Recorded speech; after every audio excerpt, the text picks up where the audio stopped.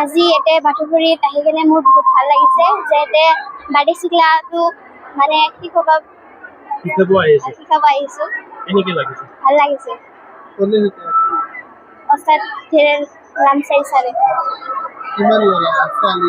বহুত আছে তাত। গৰিমাখাৰ পৰা বহুত আহিব লাগে। মোৰ নাম জোনাকী বড়ো, মই গৰিমাখা গাঁৱৰ পৰা আহিছোঁ।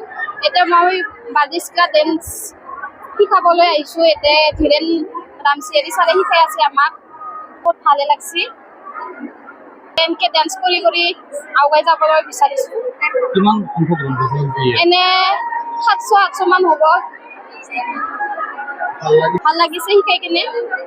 গৰম হ'লেও আমি আমাৰ পৰিৱেশটো ৰাখিবৰ কাৰণে আমি এতিয়া আহিছোঁ কষ্ট কৰিবলৈ।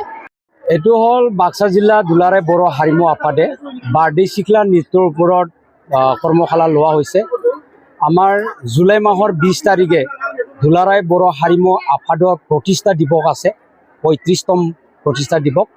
এই প্ৰতিষ্ঠা দিৱসৰ উপলক্ষে এই কৰ্মশালাটো লোৱা হৈছে। সেইদিনা এইটো প্ৰদৰ্শন হ'ব বাৰ্ডে চিকলা নৃত্যৰ। এতিয়ালৈকে ইয়াত মানে 600জনমান ছোৱালীয়ে এতিয়া অংশগ্ৰহণ কৰিছে আৰু বাক্সা জিলাৰ কাৰণে কৰা হৈছে। অকল বাৰ্ডে চিকলাই হ'ব, বেলেগ নৃত্য নহ'ব। এইটোৰ মানে অকল বাৰ্ডে চিকলা নৃত্যৰ কাৰণে কৰ্মশালাটো পতা হৈছে। হয়তো শুভ লক্ষণ বুলিও ক'ব লাগিব, কাৰণ যোৱাবাৰ যে বাগৰুম্বা দহু, এই বাগৰুম্বা দহুত যিখিনি ছোৱালী নাচিছিলে আৰু যিবিলাকে যোৱা নাছিলে তেখেতসকলে উৎসৱ হৈ ওলাই আহিছে, মানে ইচ্ছামতে ওলাই আহিছে আৰু চব মানে নেক্সট যেতিয়া কেতিয়াবা যদি তেনেকুৱা বাগৰুম্বাৰ নিচিনা প্ৰগ্ৰাম হ'লে আকৌ মানে নাচিব অংশগ্ৰহণ কৰিব, এইটো উদ্দেশ্য লৈ ওলাই আহিছে আৰু চবেই ওলাই আহিছে।